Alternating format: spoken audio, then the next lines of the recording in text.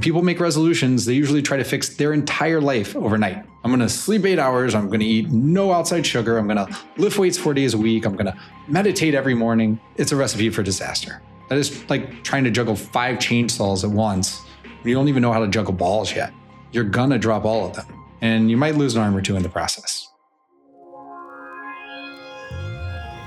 This is the Home of Healthspan podcast, where we profile health and wellness role models, sharing their stories and the tools, practices, and routines they use to live a lively life. Hello, and welcome back to the Home of Healthspan podcast. If you are listening to this on the day it releases, it is February 2nd. Now, depending on how your last month went, this date might feel like just another Monday, or it might be a guilty reminder.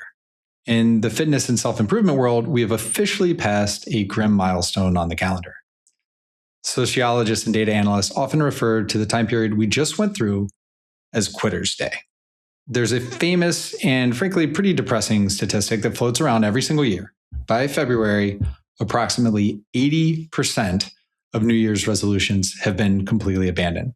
So the gym that has been packed for the last month or so will now have plenty of space and time for you to expand as all the others have quit. So maybe you resolve to lose weight, to sleep better, or go to bed earlier, maybe even run a marathon this year. And then life happened. Work got busy, the kids got sick, or the motivation just evaporated. And now here we are in February. And for the vast majority of people, the new year, new me is already over. But I want to reframe all of that for you right now. If you were part of that 80%, if you've already fallen off the wagon, I have good news. You didn't fail because you're weak. You didn't fail because you lack discipline or willpower. You failed because the method was broken. The traditional way we make resolutions, relying on hype, massive overhauls, and sheer grit, is designed to fail. It fights against human biology. It ignores how your brain actually builds habits. So here's the deal. We're not going to write this year off. We're not going to wait another 11 months for the next January to just try again the thing that has never worked for us in the past. Instead, we're going to start fresh today, right here, right now. But we're going to do it differently this time. We're going to apply the Lively principles. We're going to trade willpower for data, and we're going to trade hustle for strategy. If you give me the next 10 minutes or so, I'm going to show you how to set a goal that is literally too small to fail, but also powerful enough to transform your health by the end of the year. Let's dive in. So let's look at the trap we all fall into. We live in a culture that worships the phrase, go big or go home. We think that for a resolution to count, it has to be massive. It has to be painful. If you haven't run in 5 years, the resolution is, I'm going to run 5 more miles every single morning before work. If you have been eating takeout every single night, the resolution somehow is, I'm going to do a strict 30-day juice cleanse starting tomorrow. We rely entirely on willpower. But here's the thing about willpower. It's just a battery. It drains. In January, that battery feels fully charged. We've had a break over the holidays. We're ready to go. But by February 2nd, the battery is dead. And when the willpower runs out, the behavior stops. This is because massive changes trigger massive resistance. Biologically, your body loves homeostasis. It loves stability.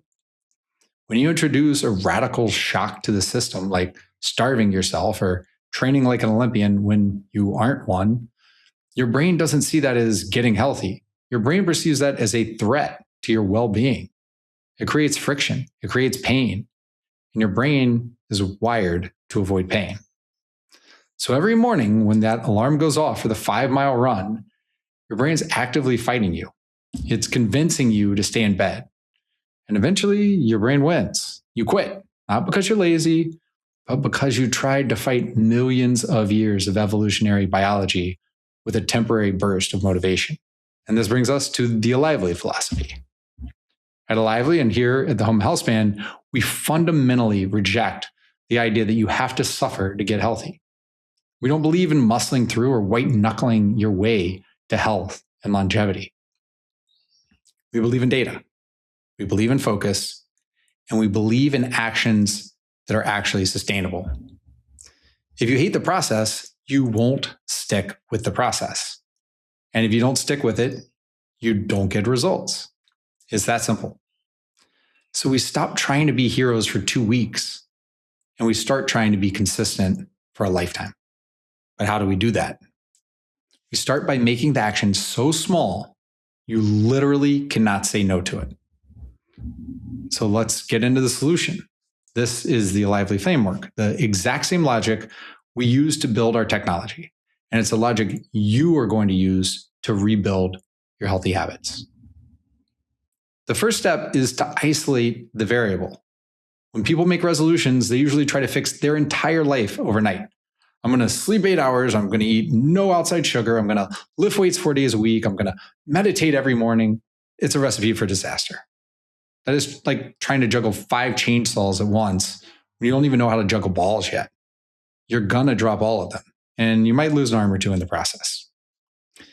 In science, if you want to understand what works, you change one variable at a time. You need to apply the same logic to your life. So right now, I want you to pick one specific area of your health span to improve. Just one. Is it your sleep? Is it the movement of your body?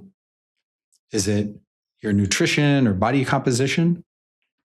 Is it your stress levels? Or maybe it's your social connection? Don't say all of them. Don't even say more than one. If you try to fix everything, you fix nothing. Give yourself permission to put the other categories on maintenance mode. Pick the one area that if you improved it, you'll get the biggest return on investment right now. Let's lock that in. Once you have your focus, we're going to now move to step 2. We're going to measure what matters. There's an old business adage that is absolutely true for your health as well. You can't manage what you don't measure. Most people fail at resolutions because they rely on feelings. They say, I want to feel healthier. But feeling healthier is vague. On a bad day, you might feel terrible, even if you're making great progress biologically. We need to take your feelings out of the driver's seat and put data into the driver's seat. So you need to pick a specific metric that ties to the focus area you just chose in step 1. If you picked sleep, maybe it's the amount of deep sleep you get at night if you track at that level of granularity, or maybe it's the total amount of sleep you get at night, or how consistently you go to bed at the same time. If it's movement, maybe it's your daily step count or the number of days or minutes that you get to the gym or do a workout each week. If it's your cardiovascular health, maybe it's your resting heart rate. There are metrics within any of these pillars, and they can be measured easily with wearables like your Whoop or your Oura Ring or Apple Watch. Blood work is easier to get than ever thanks to Function and Superpower and so many others. But pick something very specific.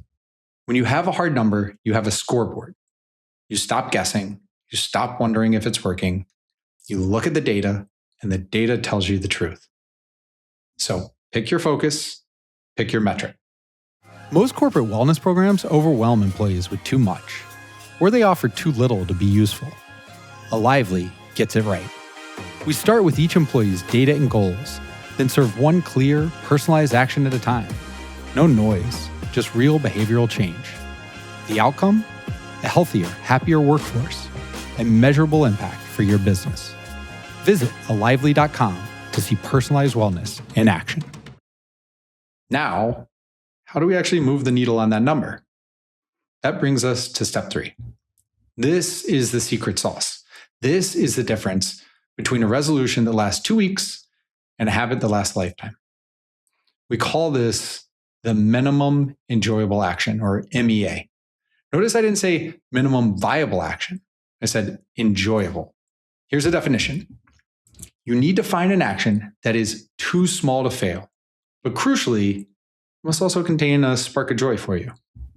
Let's go back to the running example. The old way says, I'm going to go run 5 miles at 5 a.m. That is big. That is painful. And when the alarm goes off, our brain says, no, we're not. The minimum enjoyable action is, I'm going to put on my running shoes and walk to the end of the driveway and listen to my favorite song.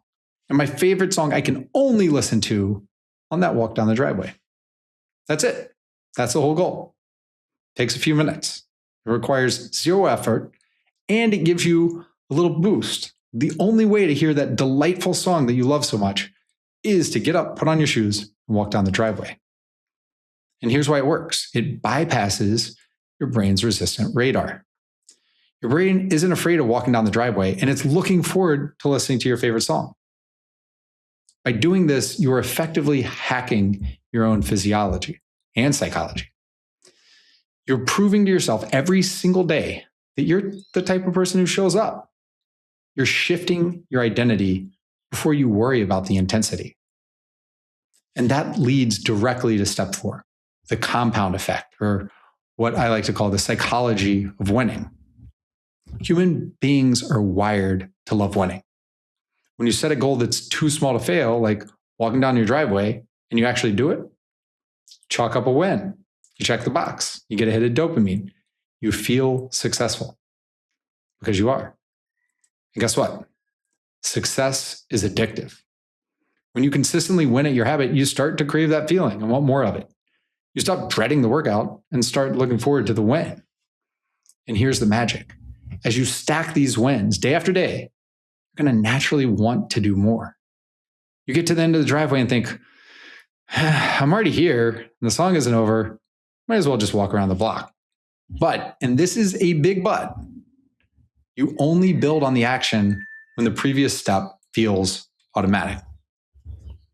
Don't rush this. If walking to the driveway feels hard one morning, just walk to the driveway. That was the win. That counts.